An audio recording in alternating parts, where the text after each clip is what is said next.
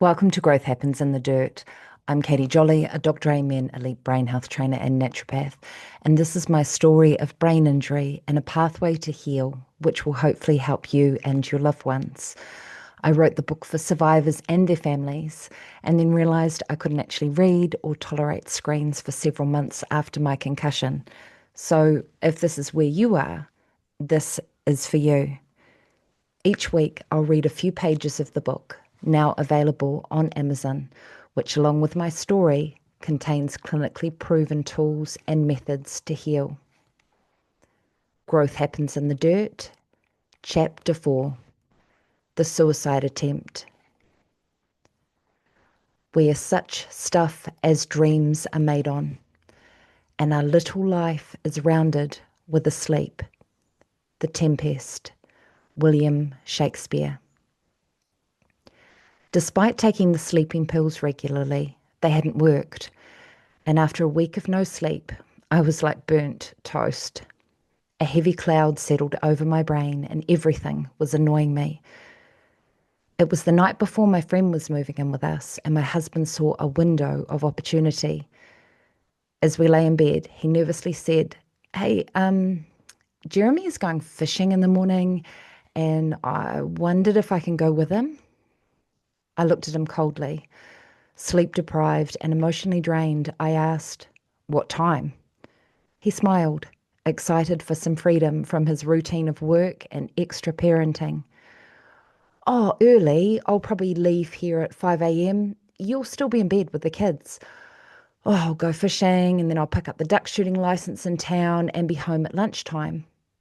Oh, and then I'm going out with Adam duck shooting after that. You remember that, eh?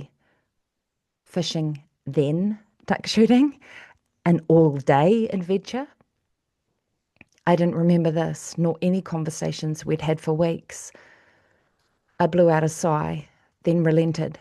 "Sure, that sounds fine. So I'll have the kids on my own all day?" I was still unsure of my ability to parent alone, as I couldn't even walk without feeling I was going to collapse. He replied cheerily, "Well, your friend's arriving tomorrow, isn't she?" My eyes darted side to side. I'd completely forgotten she was coming. Oh yes, my friend, another lifeline. "Yep, whatever, go and do what you need to do." Excitedly, he packed for the next day, his one excursion of hunting and gathering. As he rustled in the drawers, I rolled over in bed and silently wept, with my brain pounding in a million different ways. That night, despite the prescribed pills, the warm blankets, and the deep breathing of my husband next to me, I lay awake until the early hours listening to the fluid rushing in my head. I must have had a brief nap before dawn, though, because when I woke, my husband was gone. Oh, boy, was I angry. The feeling that he had left me alone turned from abandonment into rage. The children rushed in for their morning cuddle, and I yelled at them to leave me in peace. The TV was quickly switched on as I stumbled down the stairs to play parent. Noise splintered into my brain. Making breakfast, doing the housework, and trying to be a mother, while my eyes felt as though they would fall out of my skull at any moment. Each time a TV character giggled with glee, I felt knives stabbing. I whispered to the kids, "Can you turn that TV down, guys?" "But Mum, it's really low already." I walked out of the room and sat on the stairs with my head in my hands. In just a few days, my life had unraveled. I realised I wasn't important to my job or my husband, and as long as there was food and a screen, I wasn't important to my children. The more I Googled mild TBI, with my eyes burning at the phone, I felt as if I wasn't mild at all. I had had enough. When my husband arrived home at 12:30 p.m., I was fried and angry. I didn't care that the children were right there. Having no filter on my emotion, I was out for blood.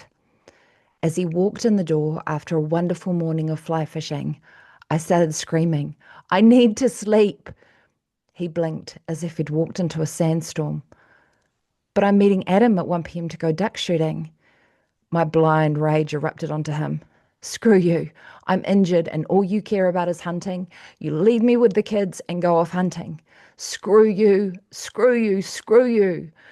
I was out of control. I flew towards him, anger pouring out of me like a death ray. I felt as if I could kill him. He held me off and started yelling back, I don't have any time to do what I want to do.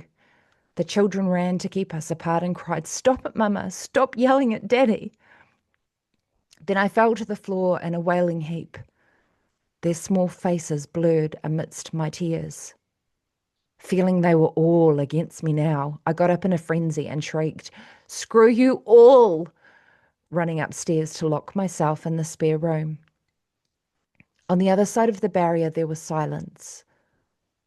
My heart beat loudly inside my head. Then light footsteps and a gentle knock. Mum, Mum, please come out. Heavier footsteps. Then my husband was outside the door as well. Come on, guys, come and watch TV. Mum's not feeling well. Their tiny footsteps drifted away.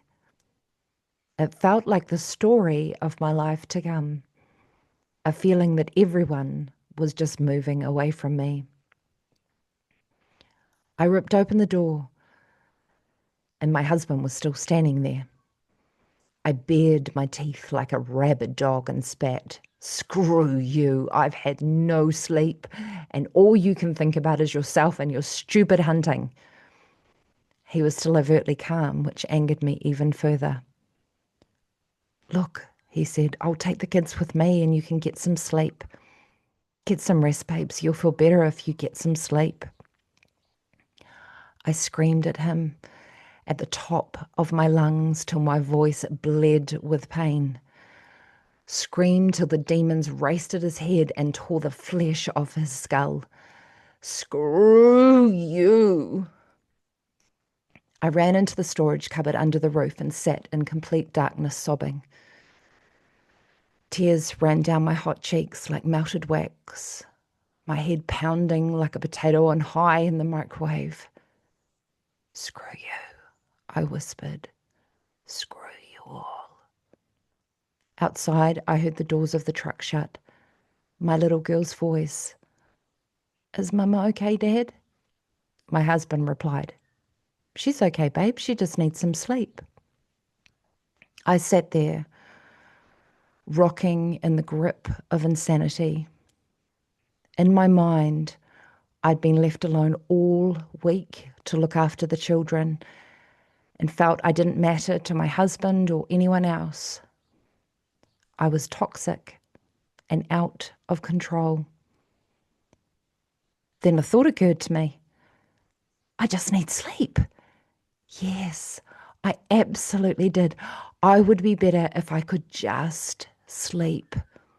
So as the truck rolled out of the driveway, I ran to the bedroom and popped 2 sleeping pills.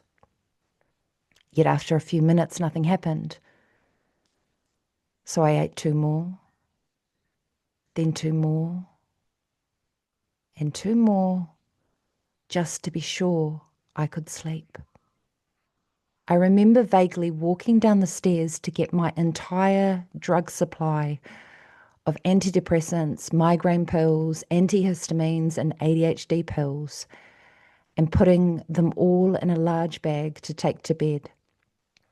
With a bottle of water, one by one, with no memory of how many I swallowed, I gave myself the gift of sleep. Good night, lights out. And before we move into the tools, if you or someone that you love is going through concussion and they aren't sleeping and they've shut down or there is major emotional issues going on, please reach out for help, okay? You need to bring in a specialist, somebody to help, because suicidal ideation is a very big part of concussion. So let's move into the tools. Sleep. Sleep is a basic biological need for all mammals on the planet. If a person is deprived of sleep for longer than 24 hours, mental and physical problems begin to develop. Researchers believe that during sleep, we remove waste products from the brain. For concussion, it is the one thing that will refuel the tank effectively. The first signs of sleep deprivation are fatigue, irritability, and brain fog. Then, if we're unable to concentrate, speak clearly, our judgment wanes, body temperatures lowers, and our appetite increases. If the insomnia continues, disorientation, social withdrawal, depression, and even hallucinations can start to occur. It is imperative for you to find a way to sleep early on. If you cannot reach full sleep, then practicing meditation and deep breathing can support you in many ways. For the people around you, monitoring sleep habits will be a key rehabilitation tool. If you're finding it hard to sleep, don't go anywhere near a device for 3 hours prior to bed. Use noise-cancelling headphones to listen to binaural beats, brown or white noise, or a guided meditation. Use silicone earplugs in bed. Have blackout curtains or use an eye mask. Using lavender essential oil on your pillow has been proven to help. Taking a warm shower or bath before bed with lavender oil. And consider taking magnesium glycinate to help with relaxation before bed. Practice deep belly breathing, in for a count of 3 and out for a count of 7 to calm your nervous system. Ensure you are not hungry before bed. So having a snack of protein and carbohydrate can support blood sugars, which may wake you up. Ensure your room is not too warm. And another little hack, which is really cool, is to sleep with socks on. When our feet get cold, this can cause a drop in body temperature that can lead to frequent waking in some people. Rest. Just like a broken bone, your brain needs rest to heal.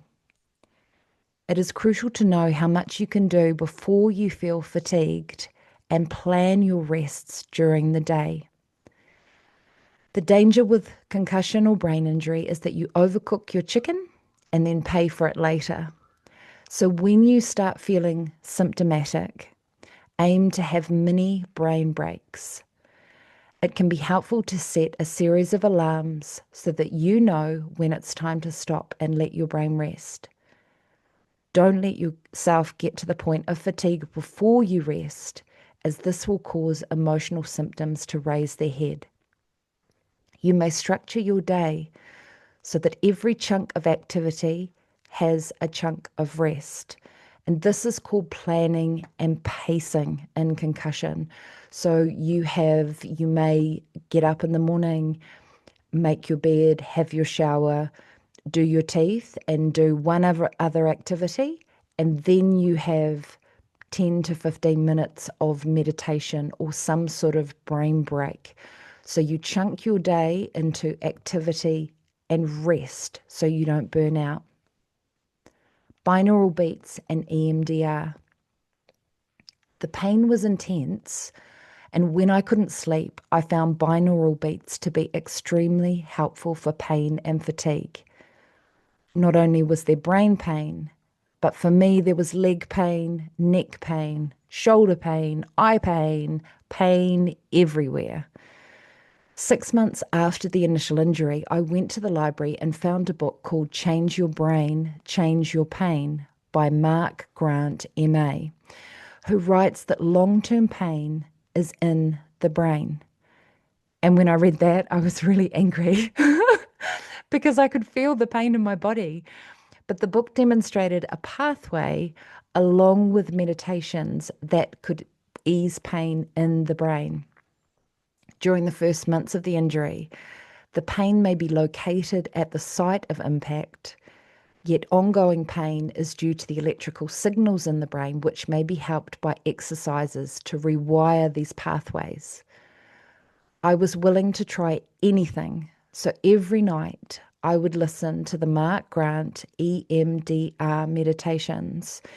Now, if you haven't looked into EMDR yet, it is an incredibly powerful tool for the brain, for healing.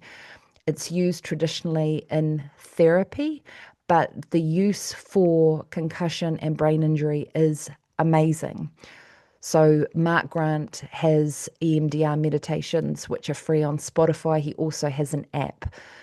But suddenly I was sleeping better and I felt as if I had more control over the pain in my body. If the resources at the back of this book has an excerpt by EMDR specialist Mark Grant. And binaural beat therapy is an emerging form of sound wave therapy. It makes use of the fact that the right and left ear receive a slightly different frequency tone, yet the brain perceives these as a single tone. I also found these very calming to use for brain bathing. To the emergency department. Hours later, I floated down the stairs to find my friend in the kitchen unpacking. She later told me that I had dumped at least 20 empty pill trays on the kitchen table in a plastic bag. And I'd said, I think I've overdosed. Call an ambulance. It was dark when the ambulance arrived. A blur of a memory. Two people in uniforms ferrying me onto a sterile gurney, fluorescent lights, the equipment shining brightly. As I sat in the vehicle, my friend sitting beside me, I heard my family pull into the driveway. Murmurs from outside. I could hear my kids yelling, Mum, Mum, is Mum okay? The medic spoke in whispers to my husband and then to my friend. My friend leant towards me gently. Simon wants to come. I can get out. Slurring my words, I babbled, he doesn't care about me. Leave him with the kids. I closed my eyes, and for the first time in weeks, I disappeared into a dark rest. When I awoke in the hospital, I was attached to several beeping machines. The doctor shone light into my pupils. I can remember saying, do you know you have 3 eyes? Then sleep swallowed me again. As I travelled in and out of consciousness, the nurses were in and out checking the machines, the clinical heartbeat like a constant tap dripping. My friend held my hand close by. You okay? She'd ask, and then my eyes would close again. My attachment to the real world was wavering, and I felt pulled deeper into the dream time that never ended, with a storyline I knew well. I was seeing my life in backwards play. I remember this moment so vividly, as though stored in a memory box inside the brain. Moving into a new home, my marriage, the births of my children, memories of acting in drama school and the awkward teenage years, flashbacks of being a child at the beach with my mum and dad, right down to standing in my wooden cot at 6 months of age screaming for someone to come in. But as the white wooden door with the plastic 70s turn handle opened, suddenly my eyes flicked open. I was back in the hospital bed and could suddenly see again. Months later, a therapist told me that I was very close to death, as the backwards show is often a sign we are on the way out of Earth School. Why did you do it? My friend asked, with her beautiful green eyes staring at me. I didn't understand. She continued, why'd you take all those pills? Oh, now I remembered where I was. I was tired, I whispered. She squeezed my hand. Why didn't you call me? I could have come out earlier. Struggling to keep my eyes open. I was tired and taking the pills seemed like a good thing to do. She laughed. That's a lot of pills, bro. I smiled. Oh, they weren't working very well, so I kept going. By midnight, or whatever time it was, I was wired. We were laughing, telling jokes, and I'd hijacked the nurse's rubber gloves to blow up into hand balloons. The night nurse poked her head through the curtains, looking confused. You had sleeping pills, eh? I laughed, obviously without any realization of the severity of what I'd done. Yep, truckload. The nurse shook her head. I've never seen anything like it. What you took would have bowled a horse over. Without any sense of a filter, I burst out laughing. My friend laughed as well, with tears in her eyes. Nothing was funny about the situation at all, but just in that moment, I felt happy, the happiest I'd been in weeks. Suddenly, my brain was clear, no headache, probably due to the excessive migraine pills I took. I could talk without slurring my words, and I felt that the light, which had been ripped out, was back on again. I could even remember giving my friend shoes and a will I'd written on a back of scrap paper, which she politely declined. They wouldn't fit you anyway, bro, I joked. They're way too big for your short ass. I laughed manically as the beeping of the machines lulled me back into the dream time. It was morning when I woke and my friend was still there. The nurse poked her head in. You okay? I felt amazing. Yep, sweet as, can I go? The nurse looked backwards towards the triage team. Just wait for the doctor to sign you off and then you can go. I think the mental health team will want to meet with you today just to check in, okay? The entire night had felt like a dream, and all I could see was that my symptoms were gone. The pain, the emotional issues all felt wiped clean. My friend gathered up her things. Look, Simon is coming to pick you up, so I'll go. Will you be okay? I smiled, replying as though she had just made dinner. Yep, thank you for saving my life. She took a breath and lowered her voice. Seriously, I thought I was going to lose you there for a minute. You were so white, and your jaw was all sunken in like those dead horses you see on TV. She looked at me intensely. Don't ever do that again, okay? I didn't connect with the seriousness of what I had done and flippantly replied, all good, thank you. When my friend left and my husband arrived, I gave him a kiss and a hug as if we'd been on an out of date and everything was normal. It was very strange, almost as though my brain had erased the previous night. When I saw the mental health team, it was like the evening was a bad dream and they were talking about an event that I had no emotional connection to. We walked across the hospital car park to the mental health crisis team. In the musty 1970s wallpapered therapist room, I slumped down onto a second-hand, threadbare couch. The counsellor sat across from me in her floral dress, holding a clipboard, asking me with grave concern, "Why did you do it?" I felt nothing. No emotion surfaced, and I felt like I was talking about an accounting problem. Completely rational, I replied, well, I was tired and couldn't sleep, and it seemed like a good idea to keep taking more pills. I could vaguely remember my rage towards my husband for leaving me alone. But the intention behind the overdose was needing sleep, not wanting to die at all. The therapist looked puzzled, made a few notes on the form and said, well, if you do need us, we're only a phone call away. I offered to give her some natural health advice if she ever needed anything, and the incident felt almost comical. The doctors made sure I was taking my antidepressant and ADHD medications regularly, but I was no longer allowed sleeping pills. As we arrived home, my little girl clung to my legs. Looking up into my eyes with wide expectation, she asked, "Why did the ambulance take you away, Mama?" I hugged her close. "Mum's brain's a little bit damaged, babe. It's going to get better now."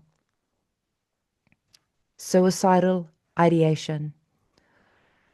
Many individuals with a history of TBI never experience suicidal thoughts, yet research suggests that individuals with a TBI history may have increased risk of suicidal ideation. When I was 23, I was in a dark place of depression and intentionally tried to take my life. So I understand the feeling of not wanting to be on the planet. What I know about feeling suicidal. 1. There is a feeling the world is better off without you. 2. It feels like an escape from the hell inside your head. 3. You may have lost purpose or identity. 4. You may be physically unwell and want relief. But what I want you to know as an individual, 1, you are loved by someone, whether it's a family member or your community or a pet. Something needs you here on the planet. The world is better with you in it. 2, you need help and someone to talk with to unpack these emotions. 3, telling someone you are feeling this way will help you to feel better or at least identify what you were thinking. It's likely you're in pain or you're tired. Just know that these symptoms will heal in time. 4, do not go through this alone. There is light at the end of the tunnel. What I want support people to know, 1, the attempt is not about you. It is a cry for help or an escape from their inner torment. 2, watch for signs of going quiet, sending messages of thank you, or giving away personal items. 3, for someone with concussion in the early stages, you must manage their medication and place it somewhere locked so there is no unconscious action. 4, know that sleep is a form of torture. Lack of sleep is a form of torture and will cause your person to act irrationally. In the weeks following a bad concussion, make sure there is someone close by who can check in. Speak to your person openly about suicide. And even if you haven't had concussion or you haven't had somebody in your family that has had concussion, you need to be very blunt and very open if you suspect that they are severely depressed. If you suspect that they are withdrawing from you, ask them directly, are you thinking of taking your life? If they say yes, ask them, do you have a plan? Although this conversation may seem confronting, you may save their life through being direct. You need to park discomfort and always enter open communication with your humans. So thank you for listening to this long chapter of Growth Happens in the Dirt. I hope this helps you or someone in your life in some way. Keep shining.